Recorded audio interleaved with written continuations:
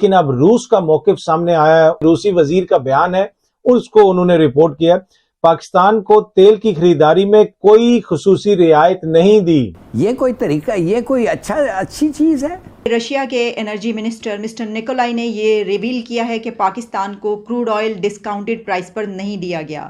Russian minister mister Nikolai has clarified that Moscow is not offering any special discount to Pakistan. اس time پہ جب دوسرے countries خاص طور پہ انڈیا نے رشیا سے آئل لیا، جب نیا رشیا یوکرین کا مسئلہ سٹارٹ ہوا تھا، کیا اس ٹائم اگر ہم آئل لیتے تو ہمیں ڈسکاؤنٹ ریٹ پہ ملتا، ہمیں اس کا فائدہ ہوتا بجائے آج آئل لینے کے؟ کیا آپ چاہتے ہیں ایک اور لیٹر، ایک اور خط چاہتے ہیں آپ فاٹیف سے؟ پوری قوم کو بتایا گیا کہ جناب ہم نے روس سے سستا تیل خریدا ہے۔ یہ وایا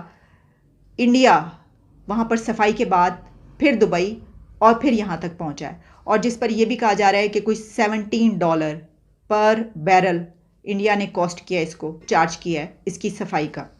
سر جمہوریت دیکھنی ہے نا، یہ ساتھ ہی انڈیا بیٹھا ہوا ہے، ہم اس کو دشمن ملک کہتے ہیں، سب کچھ کہتے ہیں، دیکھیں آج کہاں ترقی کر گئے، آئی ٹی میں کتنے ارب کما رہے ہیں۔ اس لیے ہو رہا ہے کہ آپ غلط چیزیں پہ پیسے خرچ رہے ہیں اور اس وقت آپ بینکرپٹ ہو گئے ہیں۔ جب مشرف نے اڈے دیے تھے، سب سے پہلے انہوں نے انڈیا کو اپروچ کیا تھا کہ ہمیں اڈے دو، انہوں نے کہا ہم نے نہیں دینے،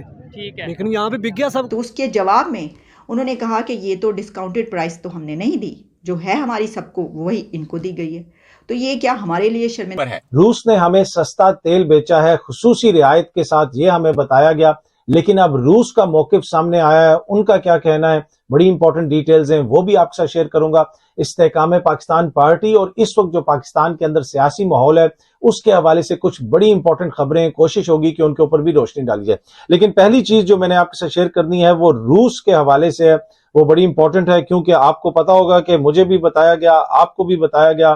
پوری قوم کو بتایا گیا کہ جناب ہم نے روس سے سستا تیل خریدا ہے، اور جب یہ سستا تیل آئے گا تو پتہ نہیں پاکستان میں کیا ہو جائے گا۔ ابھی تک ویسے پیٹرول سستا نہیں ہوا، تیل وہاں سے سستا آ گیا۔ اس وقت جو پیٹرول کی قیمت کے اوپر نظر ثانی کرنی تھی، حکومت نے یہ فیصلہ کیا ہے کہ جون کے مہینے میں پیٹرول سستا نہیں ہوگا، یہی قیمت رہے گی۔ ہو سکتا ہے ابھی وہ جو تیل آیا ہو وہ ریفائن کیا جا رہا ہو، ریفائنری میں ہو، لیکن وائس آف امریکہ نے یہ رپورٹ کیا ہے اور روسی وزیر کے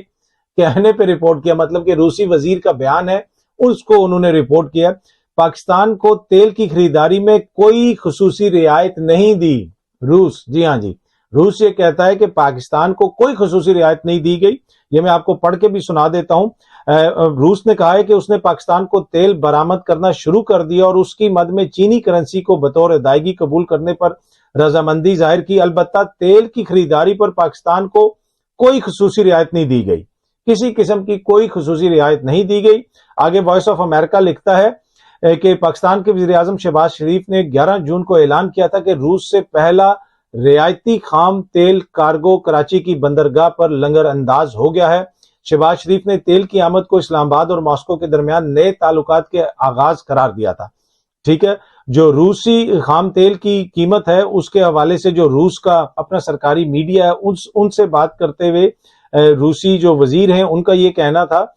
کہ پاکستان کو تیل کی ترسیل شروع ہو گئی ہے، اس کے لیے کوئی خاص رعایت نہیں ہے، بلکہ ویسے ہی ہے جیسے دیگر خریداروں کے لیے، تو کوئی خصوصی رعایت نہیں دی گئی۔ اب پتہ نہیں پاکستان کو کون سا خصوصی ریٹ دیا گیا۔ آپ کو یاد ہوگا کہ اس حوالے سے مصدق ملک صاحب نے بھی یہ کہا تھا کہ جو ہمارا معاہدہ ہے روس کے ساتھ، جس معاہدے کے تحت ہم یہ تیل خرید رہے ہیں وہ سیکرٹ ہے، وہ جناب اس کو ہم پبلک نہیں کر سکتے، وہ ٹرمز جو ہیں وہ ہم پبلک نہیں کر سکتے، تو ہمیں نہیں پتا کہ کیا ایگزیکٹ قیمت ہے، کس قیمت پہ خریدا گیا، یہ مارکیٹ سے کتنا سستا ہے، یہ تمام تر تفصیلات سامنے آنا ضروری ہیں۔ اور وائس آف امریکہ نے